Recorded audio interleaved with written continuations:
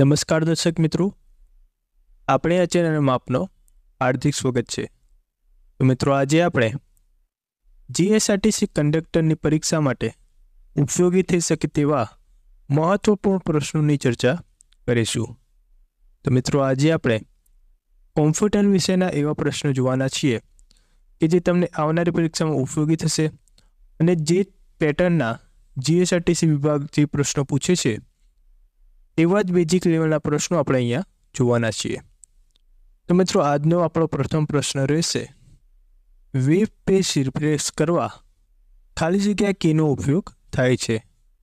F2, F3, F4 કે F5? તો આપણો આન્સર થઈ જશે F5। નીચેનામાંથી કયું સર્ચ એન્જિન નથી? ગૂગલ, બિંગ, મોઝિલા કે યાહૂ?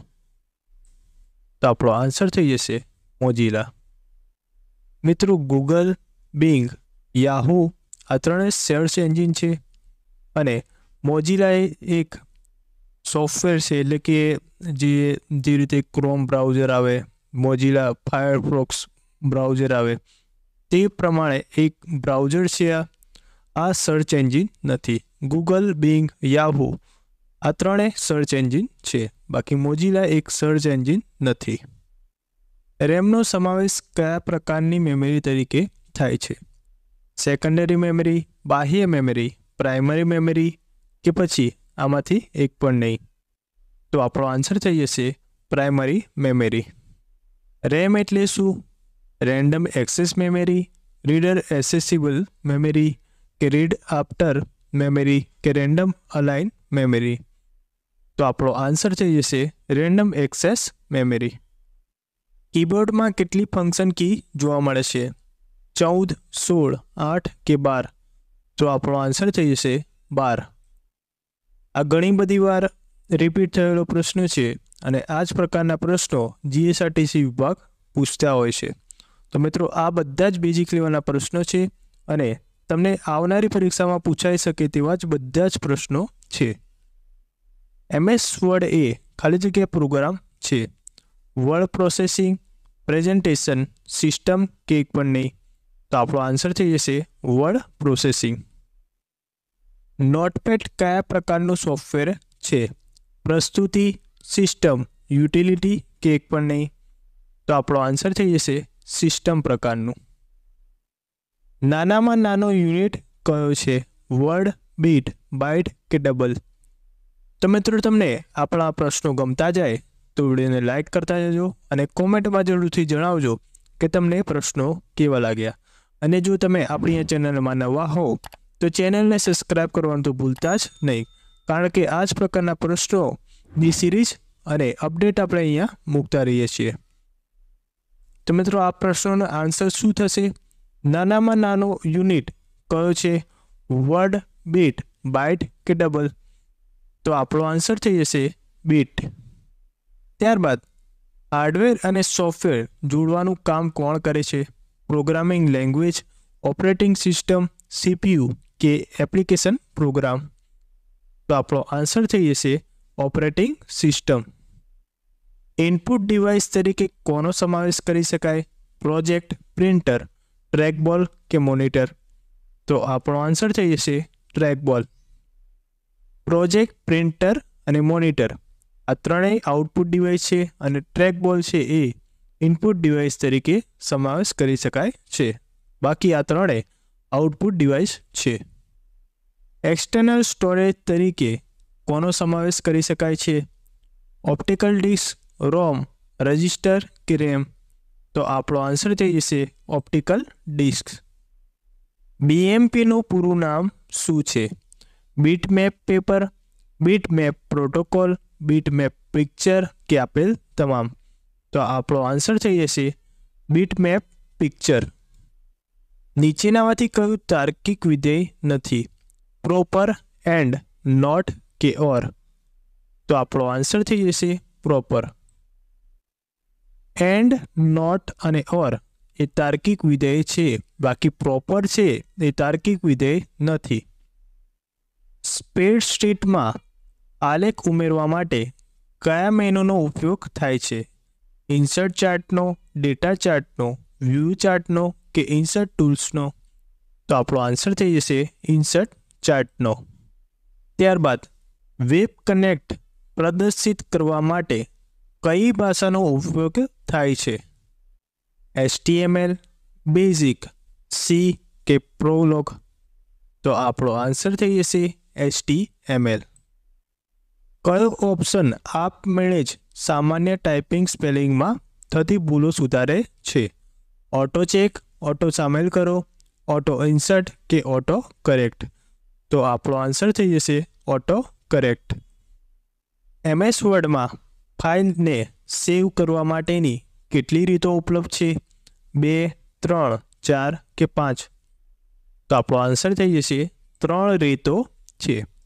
મિત્રો, આ બધા જ પ્રશ્નો ધ્યાનથી જોજો અને આ બધા જ પ્રશ્નો તમારે યાદ કરી લેવાના છે, કારણ કે GSRTC કંડક્ટરની જે પરીક્ષામાં પૂછાશે તે આ બધા જ પ્રશ્નોમાંથી જ પૂછાશે, કારણ કે આ બધા જ પ્રશ્નો આપણે એટલા બેઝિક લેવલના લીધા છે અને GSRTC વિભાગ આ જ પ્રકારના પ્રશ્નો પૂછતા હોય છે.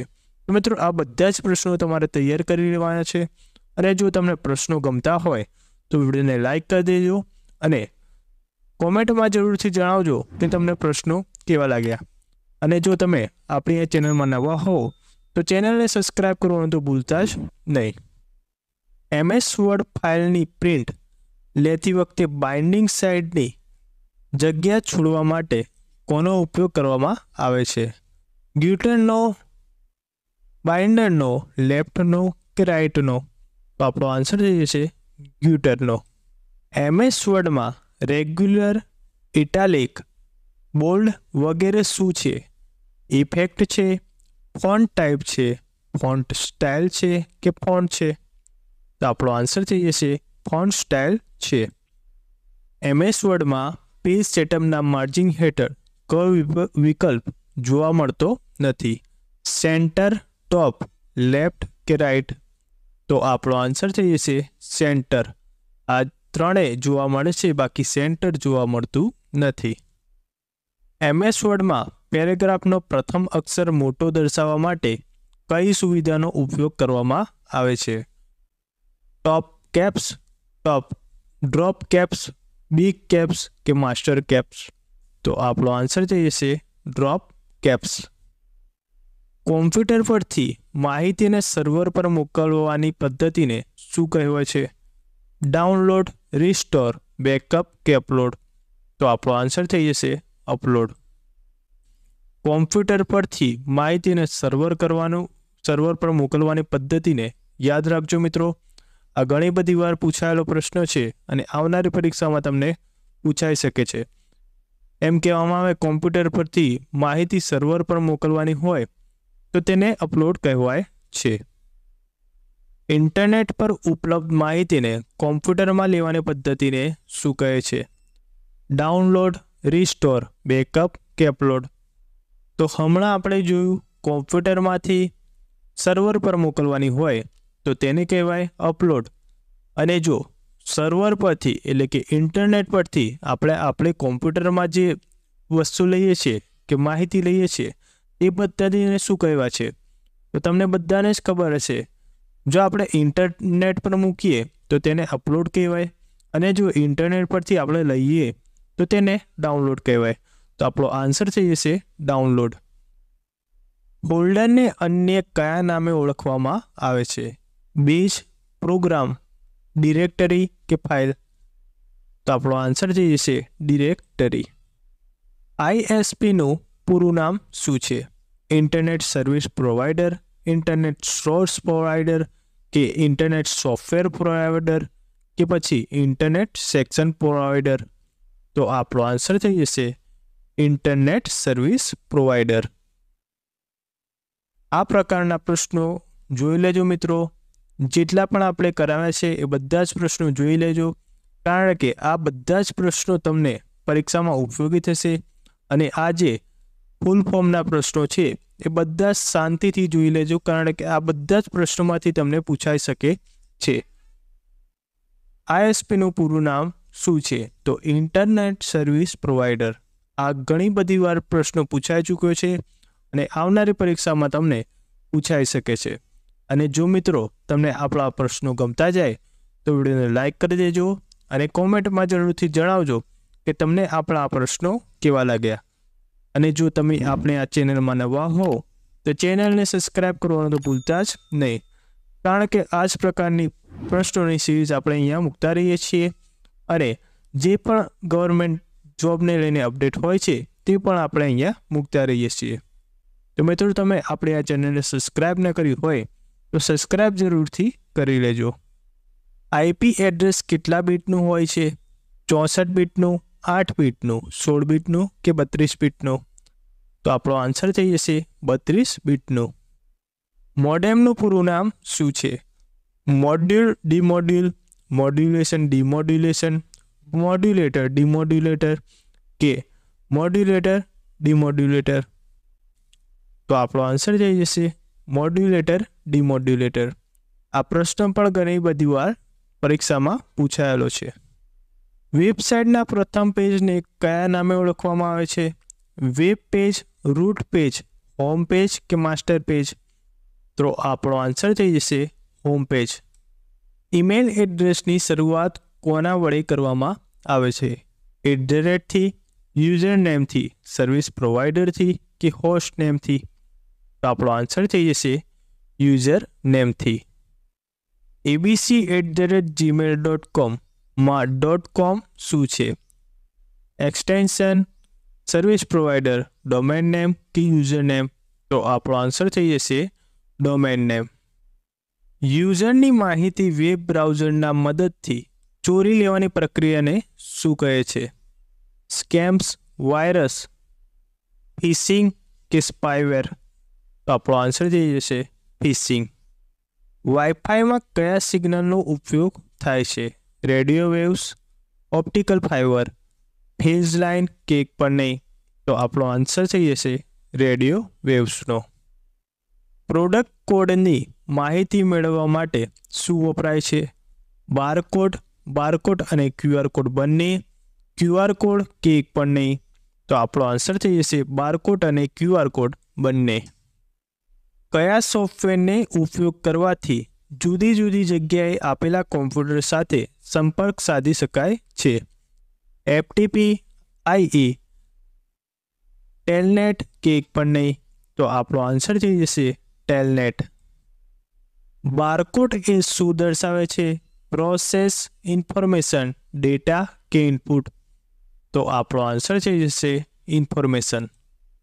ટાઈમ શેરિંગ પ્રક્રિયાની શોધ પહેલાં કોમ્પ્યુટરમાં કઈ પ્રક્રિયા વપરાતી હતી?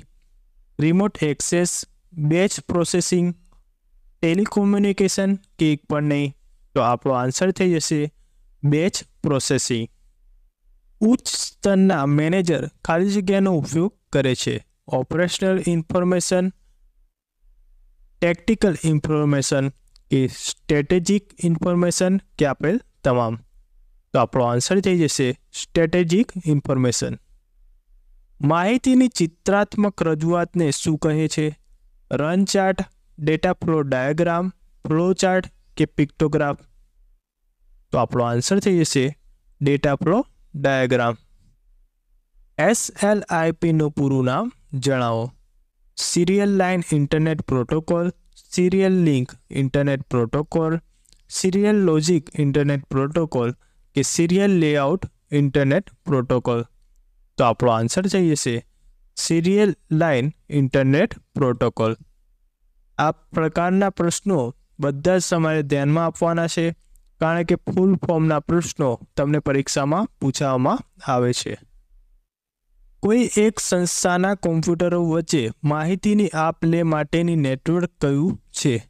ઇન્ટરનેટ, પેટ્રોનેટ, ઇન્ટ્રોનેટ કે ઇથરનેટ?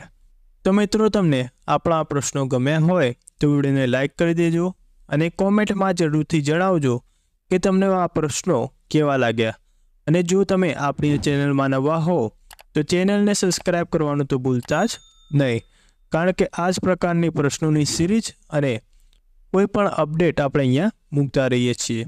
તો મિત્રો તમે નવા હો તો ચેનલને સબસ્ક્રાઈબ જરૂરથી કરી લેજો. તો મિત્રો આ પ્રશ્નોનો આન્સર શું થશે જણાવો. કોઈ એક સંસ્થાના કોમ્પ્યુટર વચ્ચે માહિતીની આપ-લે માટેની નેટવર્ક કયું છે? ઇન્ટરનેટ, પેટ્રોનેટ, ઇન્ટ્રાનેટ કે ઇથરનેટ? તો આપણો આન્સર છે ઇન્ટ્રાનેટ.